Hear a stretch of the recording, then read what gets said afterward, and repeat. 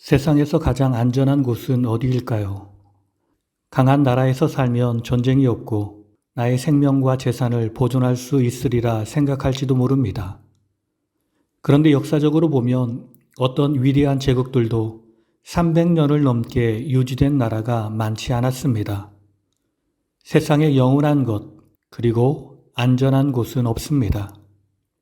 이것이 이 세상의 힘과 능력의 한계입니다. 그러나 우리 하나님은 영원하신 분이십니다. 그리고 모든 것을 하실 수 있는 전능하신 분이십니다. 우리가 그분을 의지하면 우리는 어떤 어려움에서도 승리할 수 있을 것입니다. 오늘도 주님을 의지하고 주의 말씀대로 살아 주의 복을 누리는 아름다운 하루가 되길 간절히 축원합니다. 오늘은 예레미야 43장과 44장의 말씀을 통독합니다. 43장 요하난이 고집으로 유다 잔류민들을 애굽으로 이주시키다. 첫 번째 이야기 43장 1절에서 13절.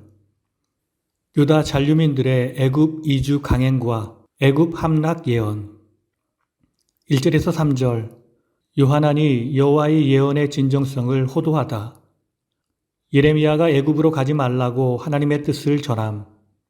요하난과 오만한 자가 예레미야의 말을 거짓이라 말함. 바벨론으로 잡아가려고 거짓말을 한다고 함. 4절에서 7절. 요하난이 주도하여 유다 잔류민들이 애굽으로 이주하다. 요하난이 예레미야와 바룩을 포함한 모든 잔류민들을 데리고 애굽 땅 다바네스에 이르름. 그들이 여호와의 말씀을 순종하지 않음. 8절에서 13절. 애굽 이주 유다인들을 향한 애굽 함락 예언. 다바네스에서 여호와의 말씀이 예레미야에게 임함. 큰 돌 여러 개를 가져다가 다바네스에 있는 바로의 궁전 대문의 벽돌로 쌓은 축대에 진흙으로 감추라. 내 종 바벨론의 느부갓네살 왕을 불러 그 화려한 큰 장막을 치리라. 애굽을 쳐서 죽일 자는 죽이고 사로잡힐 자는 사로잡아 가리라. 애굽 땅 벳세메스의 석상들을 깨뜨리고 애굽 신들의 신당들을 불사르리라. 예레미야가 남은 유대인들에게 애굽으로 가지 말라고 하나님의 뜻을 전합니다. 그런데 남은 자들은 이미 자기의 뜻을 결정한 상태였습니다. 항상 그래왔듯이 불순종하는 데 익숙한 백성들이었습니다.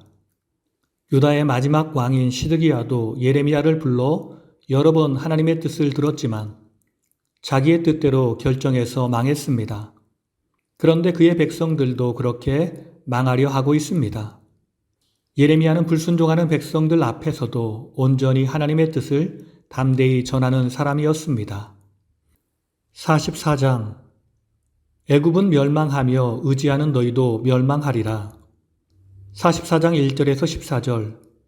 피난처 애굽에서도 우상 숭배를 고수하는 유다 잔류민들. 1절. 애굽으로 이주한 유다 잔류민들을 향하신 여호와의 책망과 심판 선언을 시작하는 말. 유대인이 거주했던 애굽의 성읍들 믹돌, 다바네스, 놉, 바드로스. 믹돌은 애굽 동북부에 있는 도시로 이스라엘 백성들이 출애굽하면서 홍해를 건너기 전에 잠시 진을 쳤던 장소와 동일한 것으로 보입니다. 이곳은 애굽에 이주한 유다민들의 초기 거주지로 주로 언급되는 다바네스를 기준으로 보면 믹돌은 동쪽인 지중해 쪽으로 더 들어간 곳에 위치했습니다.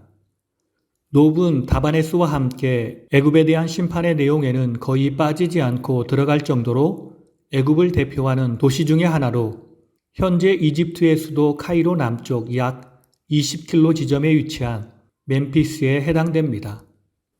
남쪽의 땅이라는 의미의 바드로스는 나일강 상류 애굽 지역을 폭넓게 가리키는 의미로서 특정한 성읍을 가리키기보다는 애굽에 거주하는 유다 공동체가 거주하던 지역을 광범위하게 가리키는 말이었습니다.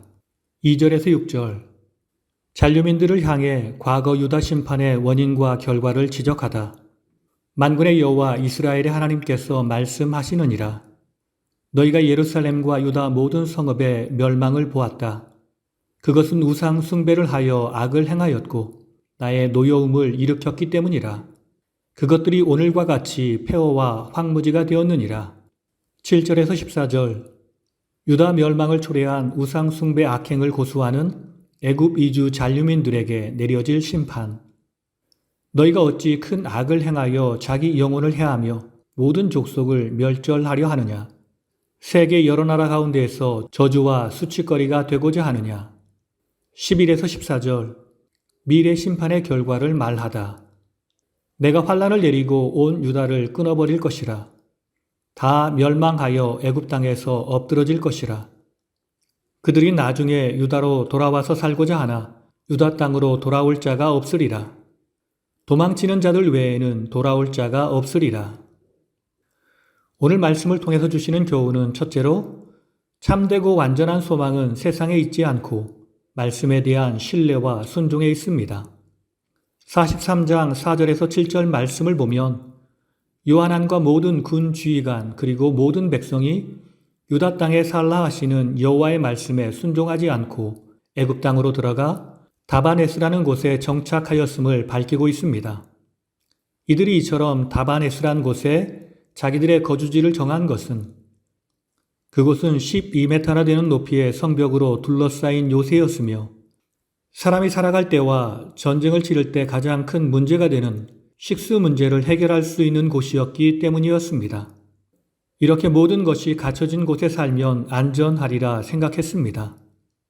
그러나 그렇지 않았습니다. 세상의 조건이 우리를 구원으로 이끄는 것이 아니라 우리를 구원하시는 하나님의 능력이 우리를 보존하시고 구원하시는 것입니다. 그러므로 우리는 항상 주의 말씀을 확실히 믿는 믿음을 가져야 합니다.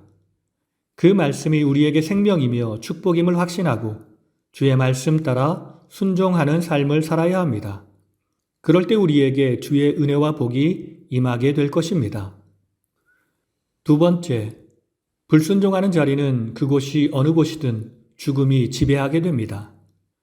44장 11절에서 14절 말씀을 보면 하나님의 심판이 얼마나 단호한지를 일깨워주는 표현들이 곳곳에 제시되어 있습니다.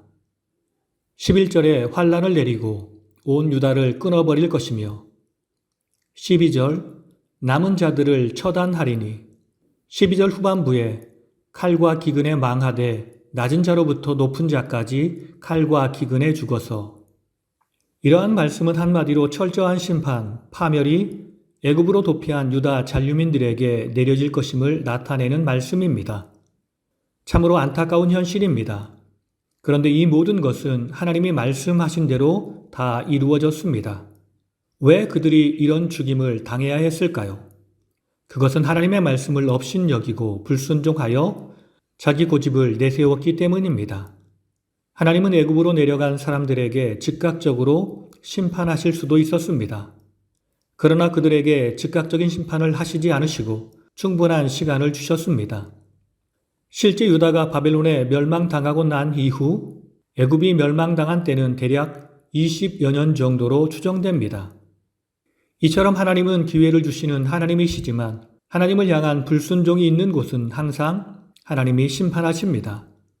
그러므로 우리는 어느 곳에 있든지 주님을 두려워하고 주의 말씀을 가슴에 새기며 순종하는 삶을 살아야 합니다.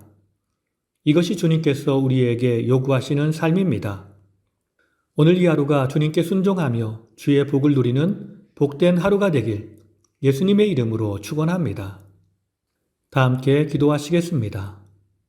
항상 우리를 사랑하셔서 우리에게 끊임없이 말씀하시는 주님, 우리가 주님의 음성에 귀 기울이며 살길 원합니다.